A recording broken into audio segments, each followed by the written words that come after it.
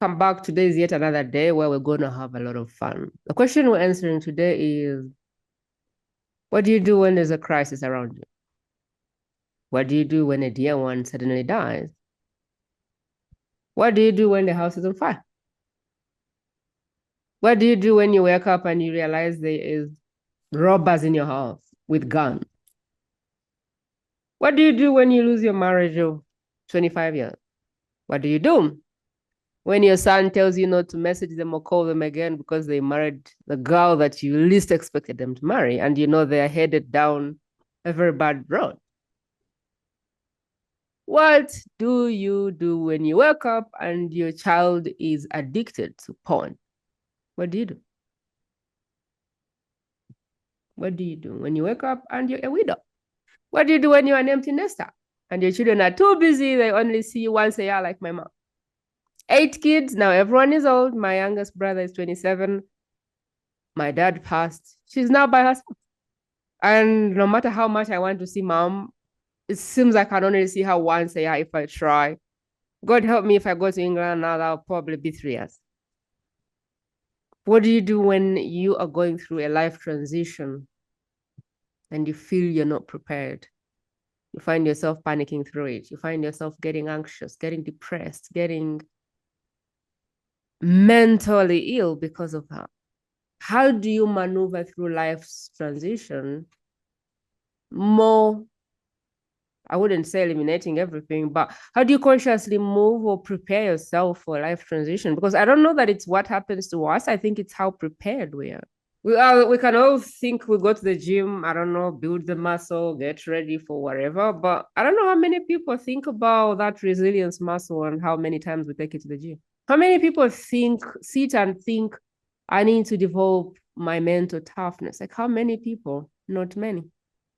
No wonder life keeps taking us by surprise. And so today I wanted to speak to Shrama because that's the work she does, helping people through a transition, helping people stay sane as life gets, life decides to throw you in a crisis. How do you go through that without losing your mind? That's kind of the topic. And I'm excited for her because she has a unique way she does it. And today we're going to dive in and kind of understand how she does what she does to help people maneuver through a crisis and come out on the other side with, I guess, less beating or less suffering, because I think suffering is a process, but you can maybe reduce the time that you're going to suffer. So maybe instead of grieving for years, you can grieve for a few months. I don't know. The expert is here.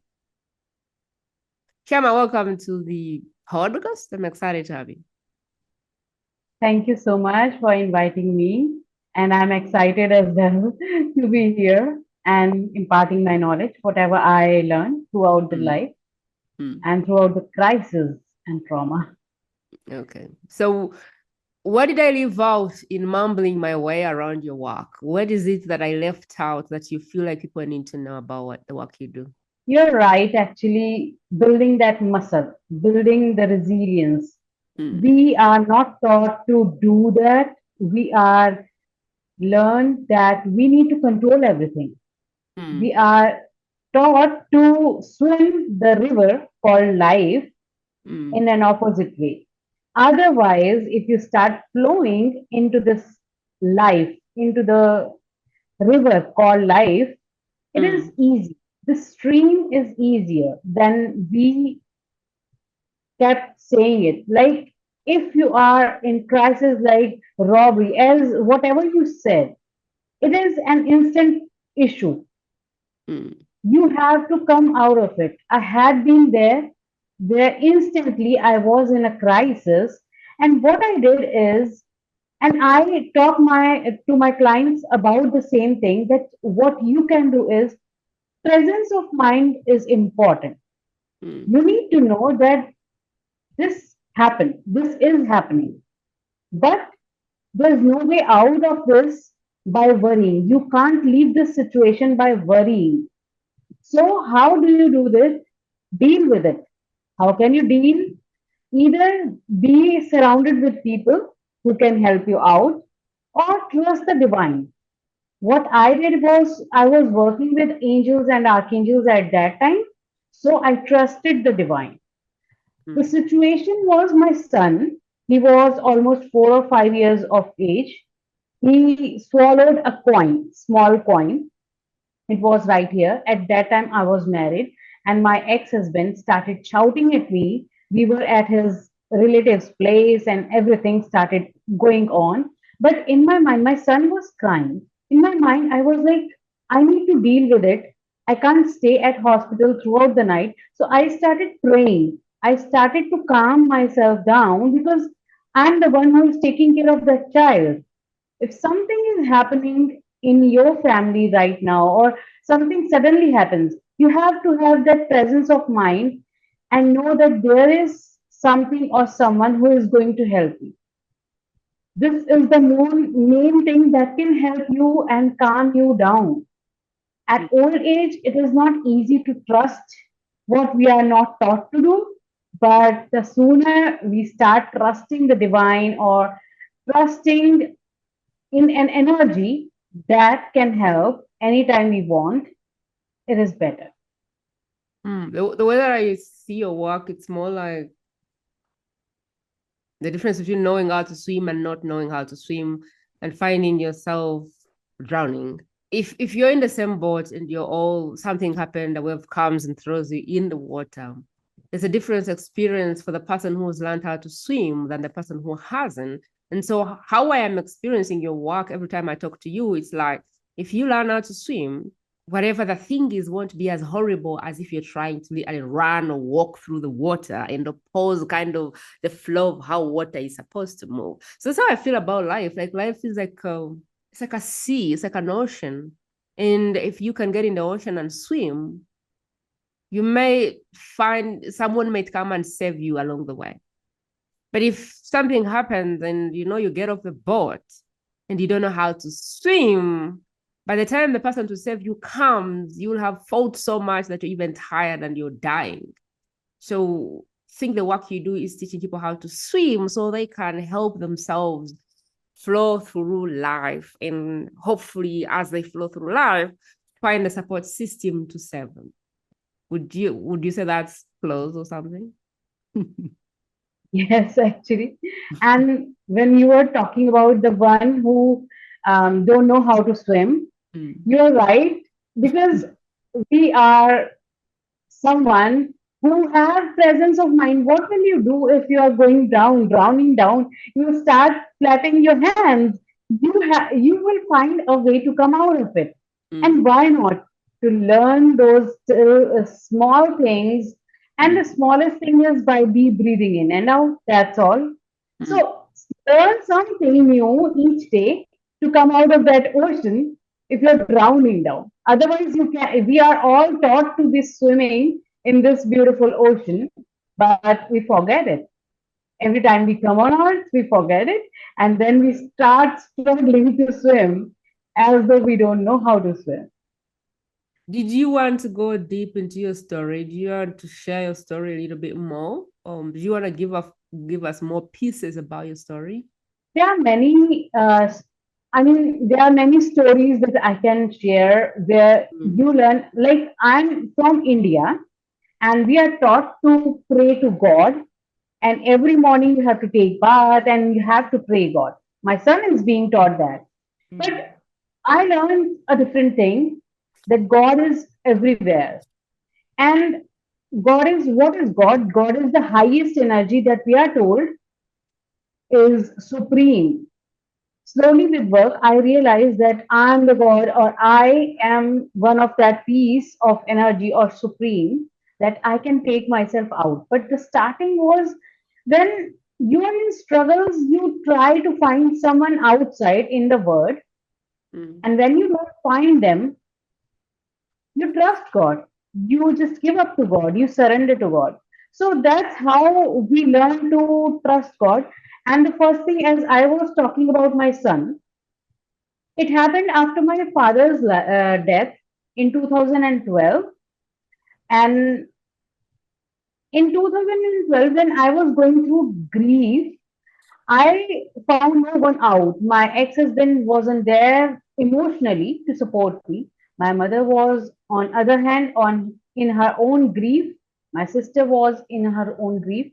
I decided that there needs to be someone who can help me out, and suddenly I went into a meditation of Goddess Kali on internet, and I felt that she is going to help me. She is the divine mother. She is going to help me. So I held her hand and start working on spiritual path mostly. Even though I was a life coach, got certified into NLP and everything, but I trusted divine more instead of at that time trusting human beings. So it came to be a difficult situation where, like I was talking, my son was, he swallowed that coin, and suddenly everyone was shouting at me that can't you take care of the child and everything. And what I was doing was, I was praying to Archangel Michael. At that time, I was studying angels and archangels, and I was connecting to them. So connected to God, please help me. Archangel Michael, you are closest, please help me out. My son was crying, crying, and crying. And we had that X-ray in hospital where the coin was right here. And I was like, "Do you want to stay at hospital throughout the night?" He was like, "No, Mama, I don't want to." Then I said, "Pray with me, repeat the words with me," because at that time I was talking to him about angels and gods and goddesses, everything. So I said, "You have to pray with me." We prayed together. Within half an hour, the coin, the doctor said that we have to do something, medical thing, and it will come out. It came out by vomiting. It Wow. was divine magic. Mm. My ex-husband and his cousins didn't able to realize what is happening, didn't able to acknowledge it that it was some kind of magic. But I told my son that look at it, something happened. We just prayed twice. That's all.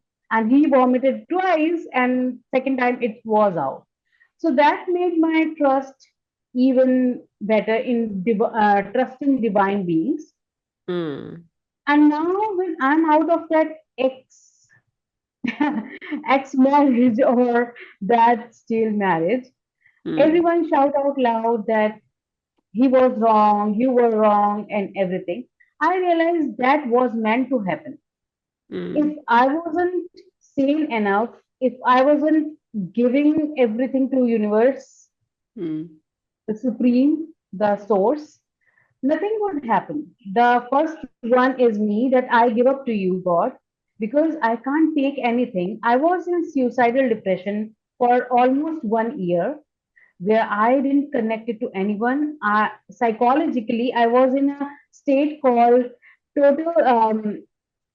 I almost forgot the words suddenly. I had it in my mind, and it was about that you trust that no one is going to come to your help. You Mm. feel helpless, and in that helplessness, you realize that when no one is going to come to help you, why should I struggle? I need to live in this life, in this crisis, in this trauma as it is. Mm. Why should I try? So outwardly in or wordly, I didn't talk to anyone, even my Mm. mom, Mm. about anything. Whenever she used to call, I'm happy and smiling at everything. And inside, I was dying every day. I wanted to finish my son because I feel I bring him into this life. I need to finish him and then die, kill myself. Mm. That stage went on for 6 months continuously, and I was like, God, I can't take it. Mm. Either finish me or take me out of this. I don't care how. Things started happening worst and worst and worst, but I came out of it. And my mom and everyone thought that after 15 days or something, she will calm down and she will go back, but it never happened. It's been 7 years since then. And I realized that all the bad things happen for me to come out of it. It Mm. was a kick from the universe to teach me a lesson that when something is not right for you, you need to Mm. come out of it. You need to understand. that you need to come out of. So these are a few things that happen to me that build that trust more and more. And everyone I talk, I say, please trust yourself and trust divine. How important is it for how long have you been out of the marriage, and are you married again, or are you still by yourself?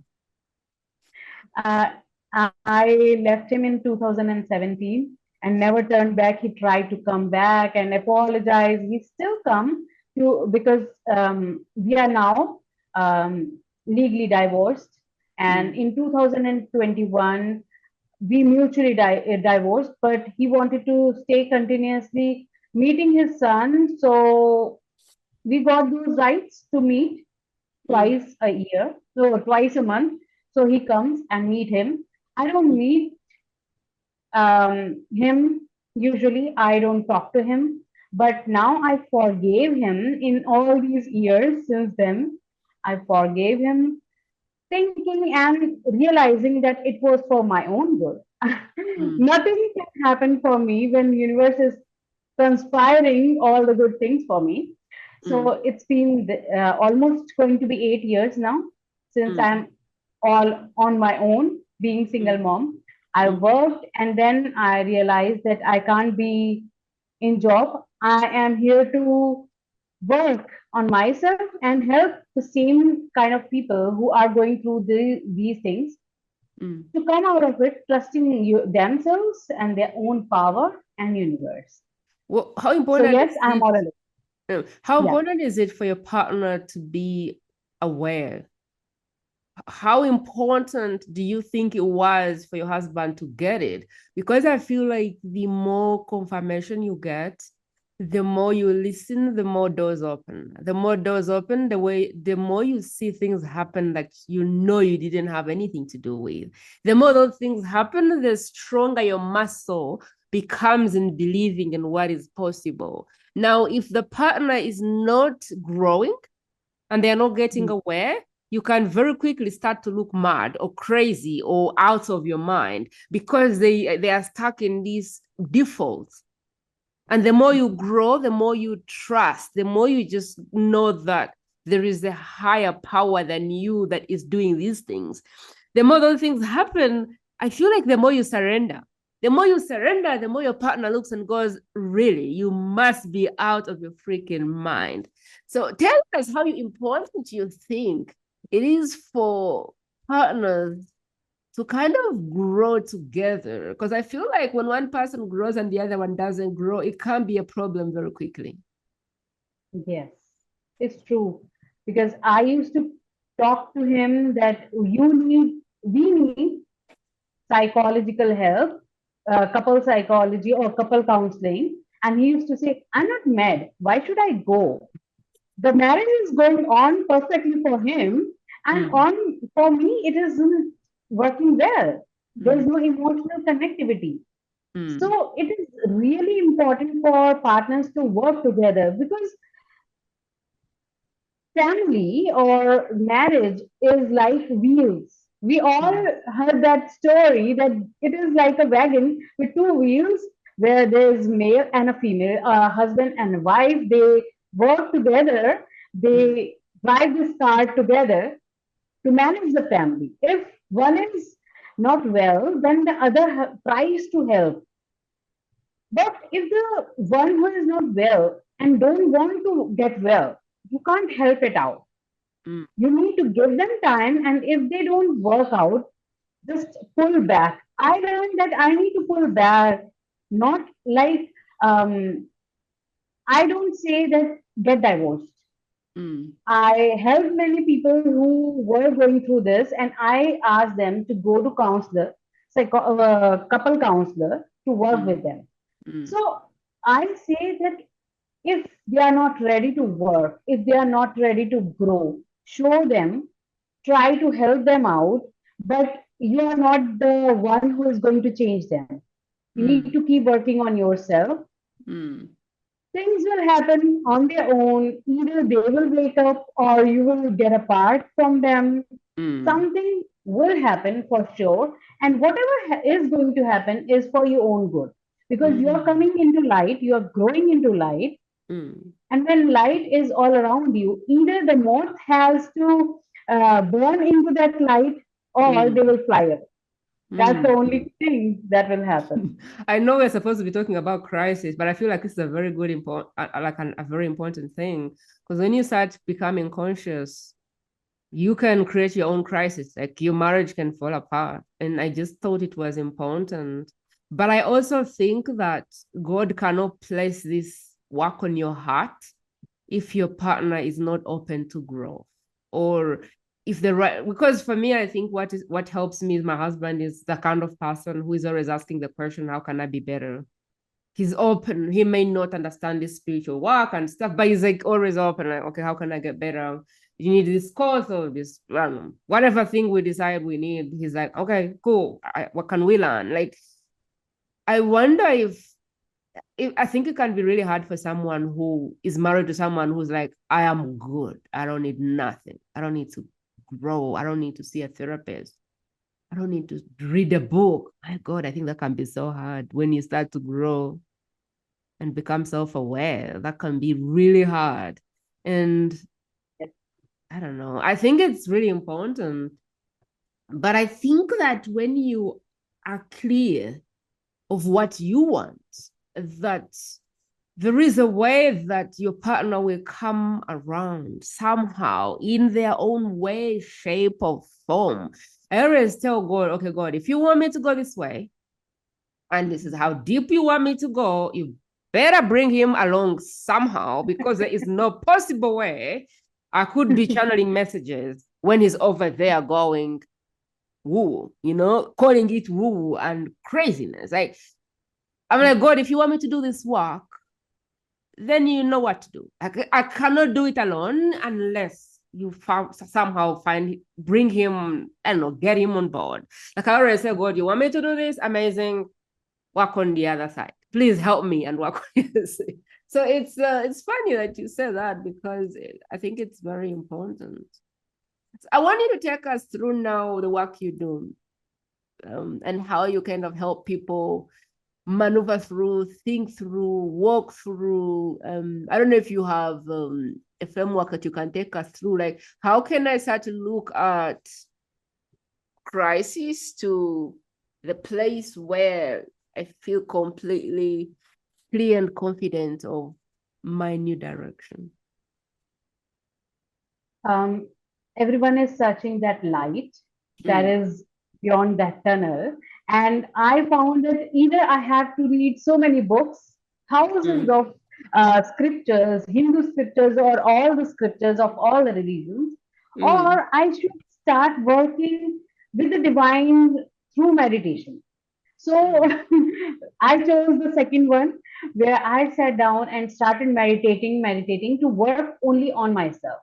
There are many things that I talk about generally, that we are sent here to work on our soul, and we are the creator. We create all the illusion around us. So when you are in a situation where, just like you were talking about a spouse or a partner who is not ready to grow, there are many things that are going to happen. Just like you said, that you will start praying. Yes, somehow you will start praying, or the person is like, I won't disturb your work and you won't pull me into this work. Perfectly all right. This is mutual, right? In that way, the person is not going to say, like, what are you doing, or you're woo or everything.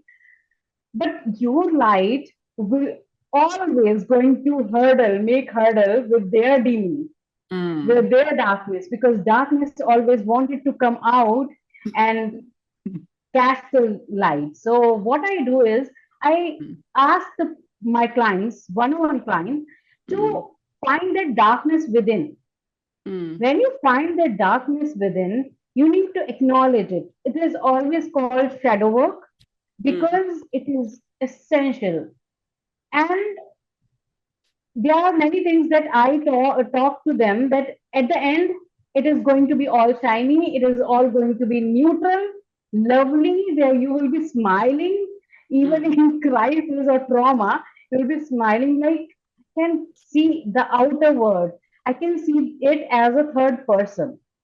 But for reaching there, you have to work hard, going through all those tunnels called dark night of soul, and you have to stay strong. People give up. By meditating few hours, people give up easily, thinking that I acclaimed or I reached somewhere. Instead, you have to keep questioning what's next? What's next? It's like climbing a huge mountain top and you are just at the base and you are climbing for the first time with no help. All you have to do is walk a little bit and see, I have to reach there. This is the finest place. I have to reach there. What can I do is I need to walk on, keep walking on. And when you are tired, just sit back and keep walking on. So the basic thing that I ask people is to start meditating. And the easiest form is not to silence your mind, but to deep breathe in and out. You have to practice it every day. When you start practicing, darkness will pull you down and you will stop practicing it, but you have to be consistent. First thing, have an aim that I want to do there, I want to go there, I want to reach there. Then practice meditation, and no matter how many darkness, how many tunnels came in your way, you have to stop right there, take a deep breath in, and keep walking on because help is always there. So, like any difficulty, any trauma, it is seated within us somewhere. It comes out from somewhere. We have been onto this earth, onto this planet many times in past. Many people say, I don't believe in reincarnation or incarnations, but if you don't believe it, let it be, but listen to it. Listen to all those things because if someone is talking about it, it must be there, right? So you have been through all of this and you have been carrying so much of darkness, so much of negativity, so much of trauma. You don't know how many lifetimes or even this lifetime. But when I used to meditate, I used to get my mother's negativity being transferred into me when I was in her womb. She don't know it. It was unconscious. She doesn't know anything about it, but it started getting clear while meditating that we are carrying traumas of our mother's emotion as well. So think of it. We have so much trauma. So releasing it needs to start with acknowledging what hurdles are there in your life. You need to be very clear and then start meditating to get yourself calm. And meditation helps you to get that presence of mind that I was talking about. It will help you to calm yourself and be present at that moment during those crises because crisis is like it can happen to anyone. It happens abruptly anytime. But trauma is something we carry forward ages and ages till the end of our life and sometimes next life. So you need to deal with trauma which is inside us in every bit of ourselves. And while I work with someone, I listen to their story, I understand what is going on, and then we start working on their darkness. Where is it coming from? Where is that anger for their spouse, or where is that anger or frustration or difficulty in having that relationship again and again? Where is it coming from?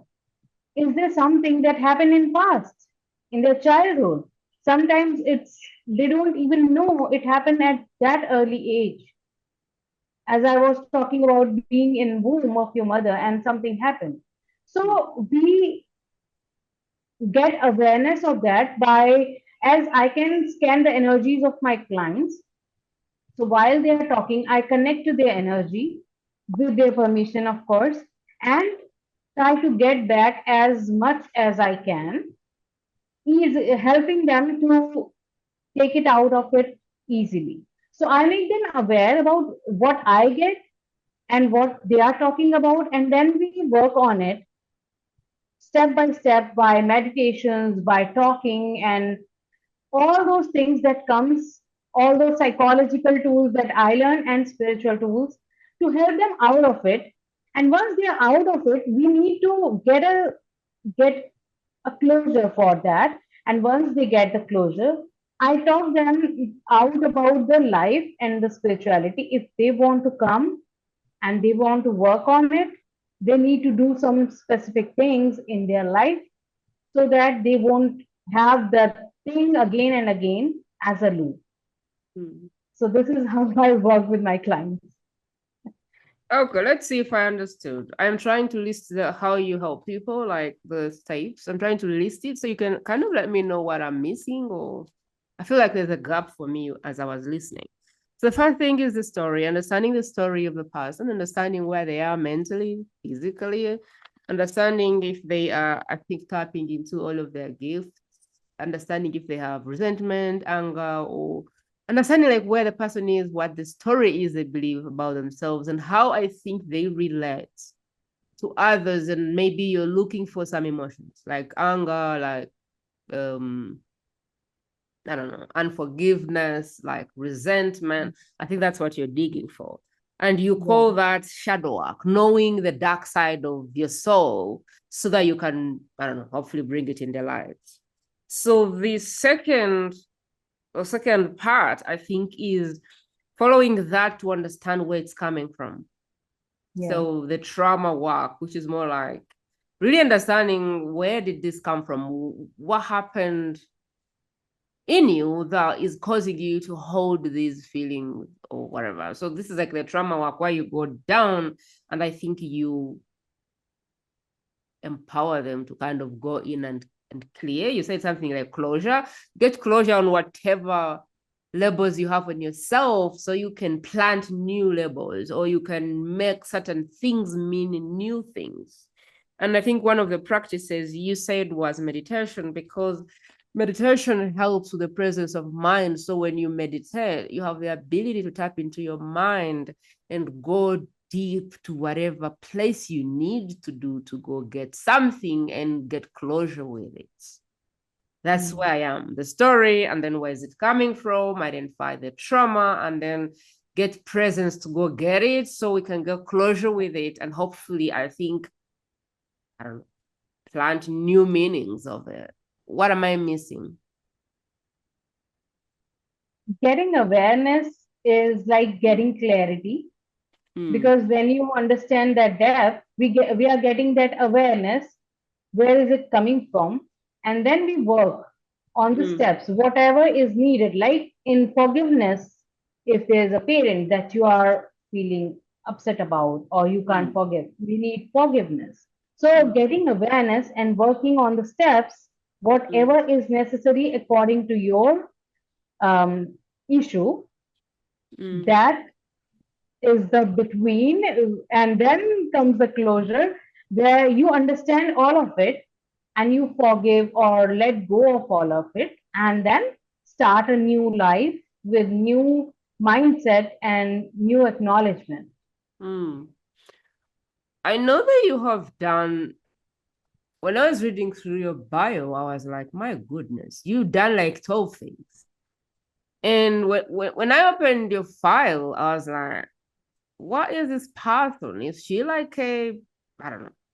I started reading, and then I almost got certified Reiki GrandMaster, master in counseling and psychology, REM reader, numerologist,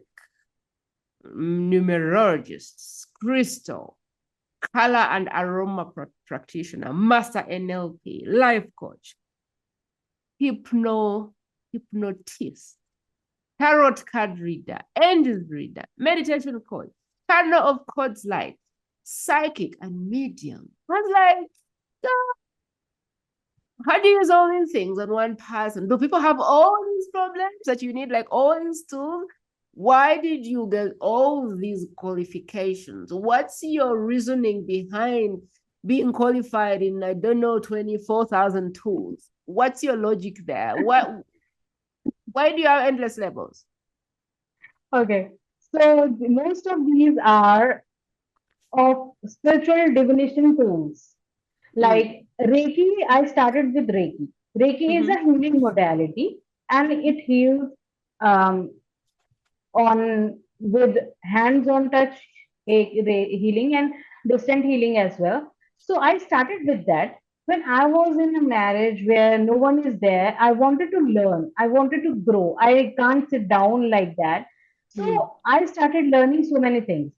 NLP, psychology, and life coaching are one component. They are related to psychology only, Mm. and master in psychology I came here and did after my leaving my ex. But all of this is mostly divination tools to grow into spiritual realms, mostly angels, archangels, crystals, and color therapy, and all of these helps us to connect to our inner self. So one after another I wanted to grab everything that I can learn. I Mm-hmm. can get certification in thinking that somehow it will give me experiences, Mm. or it give me that success that I wanted to show everyone around me. But after all those years, I realized that what have I done?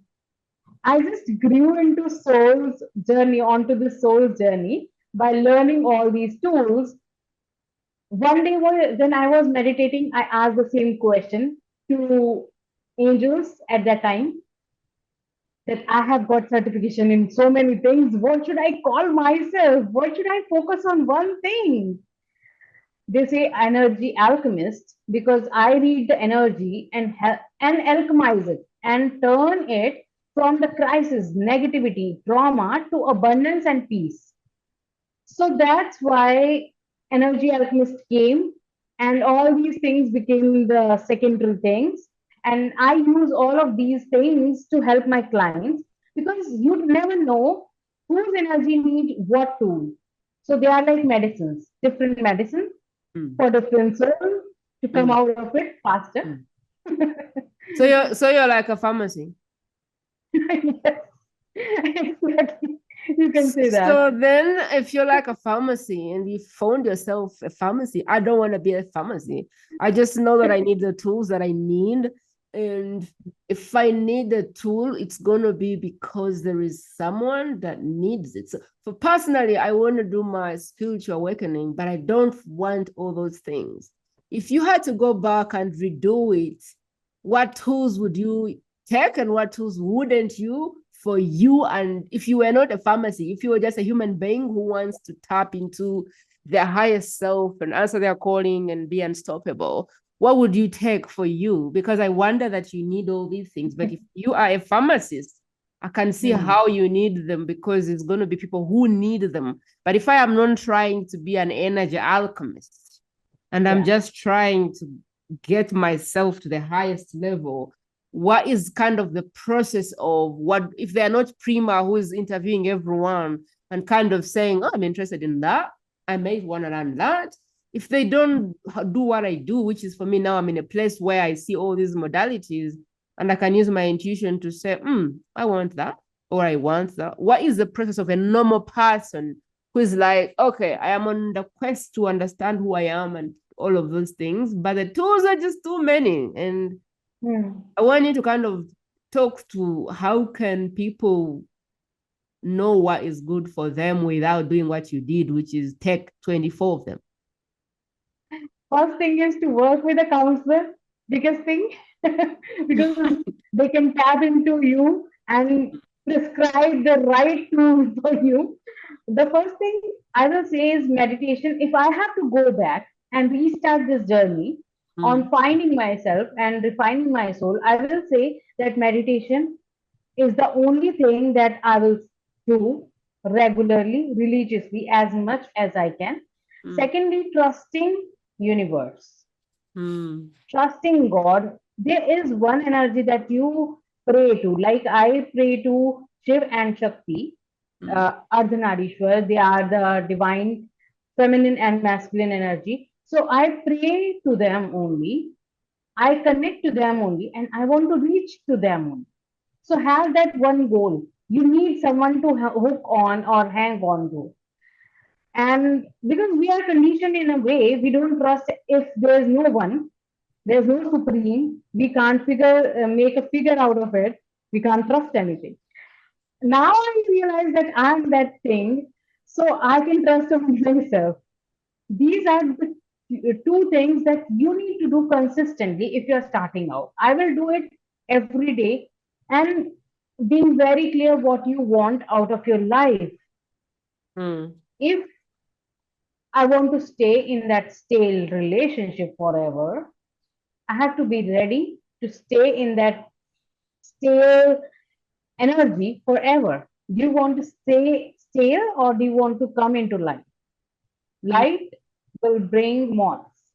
I'm just You have to be wondering. aware of all of I'm just wondering though, meditation, okay, that helps you become present.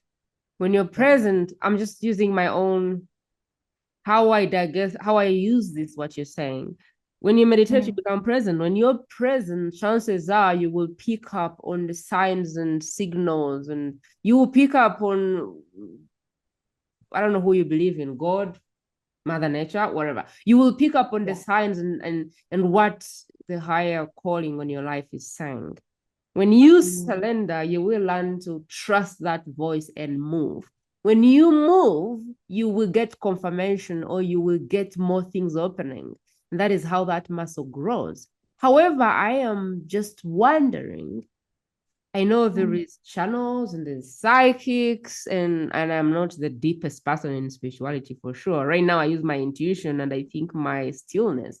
But there is psychics, and then there is channels, and then there is energy alchemists, and then there's all these people. Who is the person that is able to say, for where you're at, I think you need this and this? Who is the clinical officer who prescribes the tools that people need on their spiritual journey? Who is that person? I need to find them. Who are they? First thing, experienced person who have been through the trauma that you are going through, because you will try to find someone who can help you, a doctor who have some kind of degree, right? They have experience. You won't go to a surgeon for a heart surgery who never performed any surgeries, right? So first thing is understanding that you have to go to an experienced person. Second thing, you, as it is said, that when the disciple is ready, teacher appears, you will find the right person at the right time whenever you need. It could be your savior. It could be a mentor. When someone is in 3D, what you're saying can be impractical for them. Yes. I need to look. There must be people who do scans, like how you go to the hospital and like it's very clear, go to the hospital and get diagnosed. Take scans, take blood tests and get diagnosed. Now, in terms of like, I think blood tests and stuff, I probably would think about people who do human design. I think that is where I would tell people to start. I think the person who does human design is able to kind of see your shadows, see, I don't know. I haven't even done that. But I think that they would be able to see a certain thing that probably can kickstart you. But then I do not know who has the scan to know if it's Reiki, if it's tapping, if it's whatever the thing that is going to help. So I am also, I think, still looking.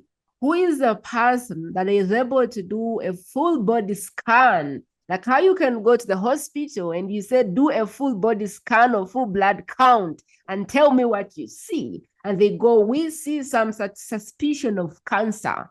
We think you should go to a cancer specialist and have a look at that. We see a scan of whatever. I think you should go and confirm that you're not pregnant. We see something here. We think you should go here and kind of try to find out what is there. So I'm kind of looking for that person in the spiritual world. Who is the person that can do a full body scan to kind of at least roughly say, this is to help people navigate that space? Because I can imagine that people will end up like you. You take this thing, it doesn't work. You take this thing, it doesn't work. You take this thing, it doesn't work. Before you know it, you've taken 30 things and you end up becoming a pharmacist when your goal really was to become a heart surgeon, like a heart surgeon or a... Does that make sense? But actually, these all things still helps me. It is like every medicine comes at the right time to help me. But what you are saying is like, I'm an energy alchemist. I scan the energy. So every person who is growing onto this path have different things. Like as you said, human design. I try to learn that as well. Human design. There are gene keys. There is astrology. There's numerology. There are so many things. Where to go? That moment you are in problem, like this is not 3D. We are not talking about 3D hospital that you go to and get the answer with so many people around there, so many doctors around there. Your soul will take you to the right person. Your soul will feel connected to. Like I have people, I have a small WhatsApp group, say. They are still there, even when I don't put anything every day, still there and attend every workshop or webinar that I put on because they know my energy. They had worked with me. And when you feel that energy connection, you want to stay there. And that's how you find your doctor, actual doctor in 3D realm. And the one who is into spirituality, or sometimes, like if I'm scanning your energy and I find I can't help you, I don't have that tool. I can't scan that energy. As I told you that I'm not into couple counseling. So if a couple come to me, I will send them to a couple counselor. I will tell them that you need to go there, you need to find them. So that's how it works. This hospital works this way. I will start asking this question to every expert. Who has the scan to take a full body count and kind of help people where to start and at least where to look? Because I feel like you can get into this world and totally lose your mind because there's endless things to find out. So if you're not Prima who's decided to learn it all, it can be confusing. Because for me, I want to learn it all because I feel like I am a vessel through which people will get help. But what if you're just doing it for yourself? How much can you take, or how much do you even want to take? So that's a question I will have to ask every expert, and I'll see where it ends. I would love to understand, how do you support people today? I walk them down into meditation. Right now, I am into on Insight Timer, where I usually put on meditations that can help them. Except that I have a website where I put on 101 sessions. I am creating a group coaching session where I will help people to understand this psychological thing and spiritual thing together and work on themselves, who are starting out that I want to go deep into something. I want to understand all the things that happen. And I don't want to learn everything like crystals, like colors and everything. I want to learn something, but I need to get clear about where am I walking onto, what path am I walking onto, and what will I find on this path. Like the darkness, the things that are essential. There are some things that are essential on the path when you have to go through all of this that I'm awareing in this group coaching sessions, where its name is Soul Alchemy, actually, to help you connect to your soul and take you onto the path of refining your soul.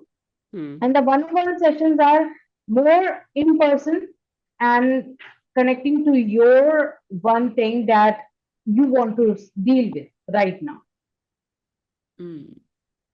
So if they wanted to move forward and do, like, kind of dig into the work you do, what should they do? Are we having like a free call for them to book, or do you want them to do something else? I have, although for 101 sessions, I have an apply page, but I have many freebies on my website, a few workbooks they can work on it, like gratitude workbook and everything. They can work on it and find if it will help them, then we can work 101, and then I give the calendar page. Okay, so there's going to be the website for Shrama in the show notes. Be sure to check that out. Go to the website, navigate wherever, and whichever part you think will help you, just start there. There'll also be links to her socials and all. And so be sure to check the show notes for different ways to connect to Shrama. Shrama, it's been amazing having you on the show. What are your last words for someone out there that is like having to deal with a crisis and they don't know if they should take a leap of faith or if they should keep doing what they're doing, or they just have a fear that is louder than our voice right now? What is your last words to them? Ask questions, never stop asking questions, and trust that inner gut. Whatever it is saying, it is going to help you all in the times of difficulty, and have presence of mind. I love that. I think the biggest thing anyone can do for themselves is to connect with that gut. Like, we always have a gut, but there's a way life, Intuition or gut feel. yeah, there's a way that life happens and you find that you don't trust yourself anymore. I think the biggest gift anyone can give themselves this year is to pick up their gut again and pick up that instinct again and begin to trust it, because the more you trust it, the more it rewards you. The more it rewards you, the more that muscle grows. But I can also imagine how making the wrong choices in life can make you feel like your gut is not worth it. And so every time your gut shows up for you, you're like, no, I need another coach. No, I need another mentor. You're always looking for external validation. But what I have found is that the closer you are to your gut, the more in tune you are to that gut, the more rewarding your decisions get to be. And the more decisions you make that are right or that are affirmed to be the right decisions, the stronger that muscle becomes. And so you can make much bigger decisions if your gut is in the right place. And if there's anything you take from that, I would say find a way to connect back to you. Connect back to a place where when things go wrong, the first person you ask what to do is you. What should I do? Not going to anybody else and saying, what should I do?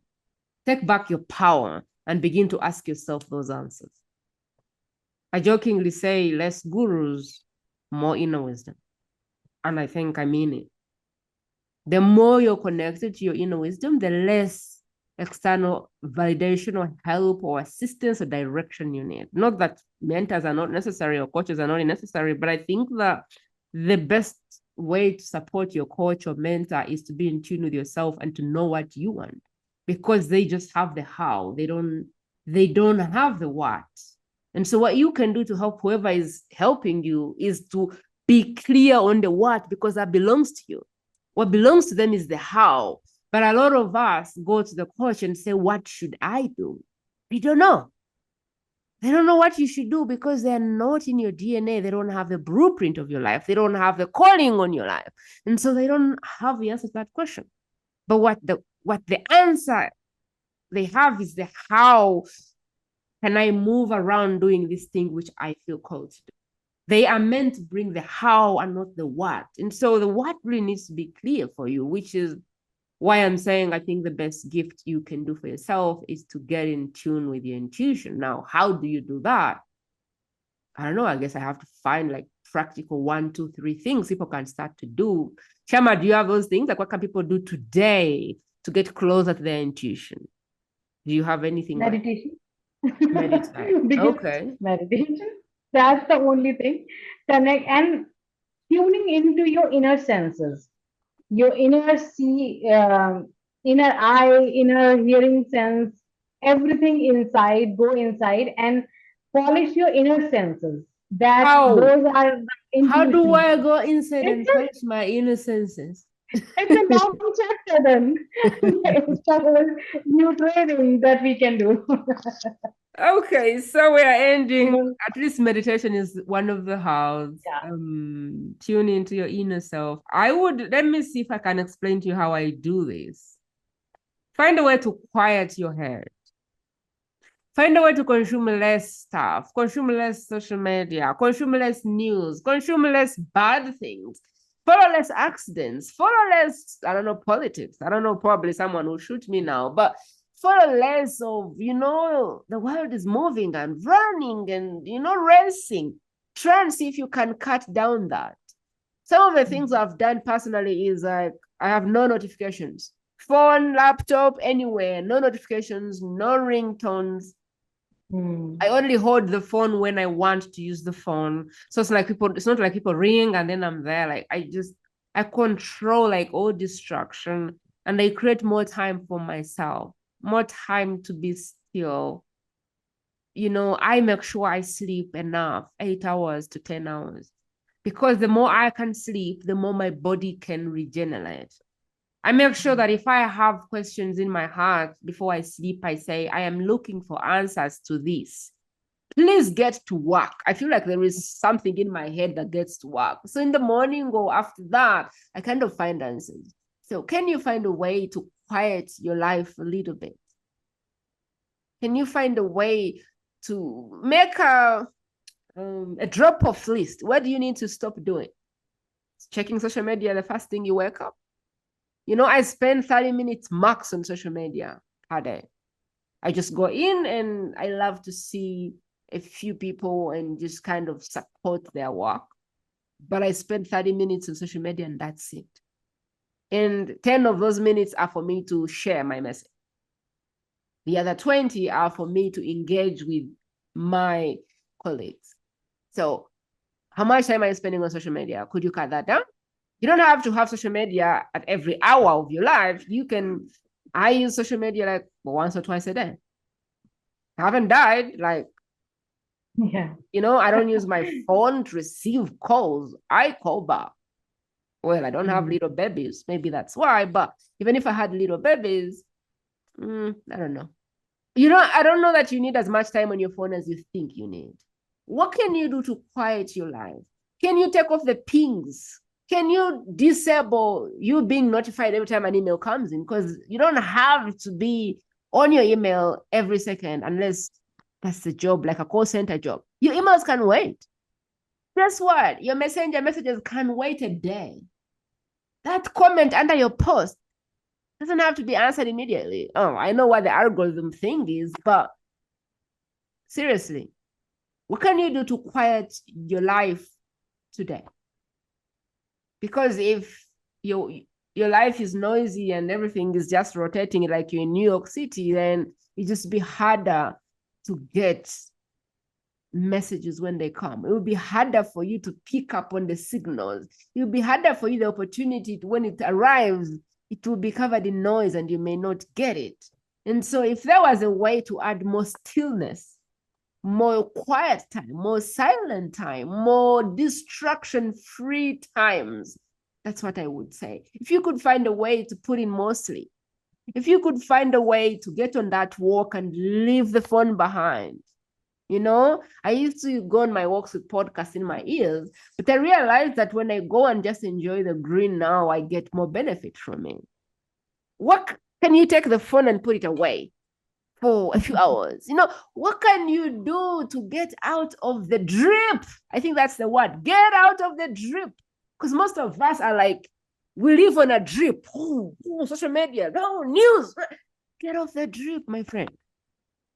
Saying all this with love, of course, the best gift you can offer this community and the work that God has placed on my heart is to take this episode and share it with one person that you believe needs to meet Shrama. Just take it, share it with one person that has a crisis or maybe has crisis after crisis, or you just feel like their life is a crisis. Share it with them and let them start there. Maybe her story, maybe whatever she's shared will be able to help that person. And as always, if you're on your app, get there and review, subscribe, follow, rate, do all of the amazing things that a podcast would need to grow. My dream is that one day I'll bring Oprah on this show. And the question I need to answer when I decide to reach out to Oprah is, how big is the community? You hold the tools in your hands to support me with this dream. And the only thing you have to do is subscribe and share the episode with one person.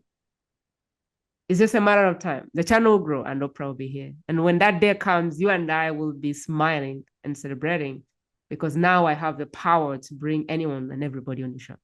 Appreciate you, my friend. I hope this was insightful for you. Have a lovely day. I'll talk to you very soon.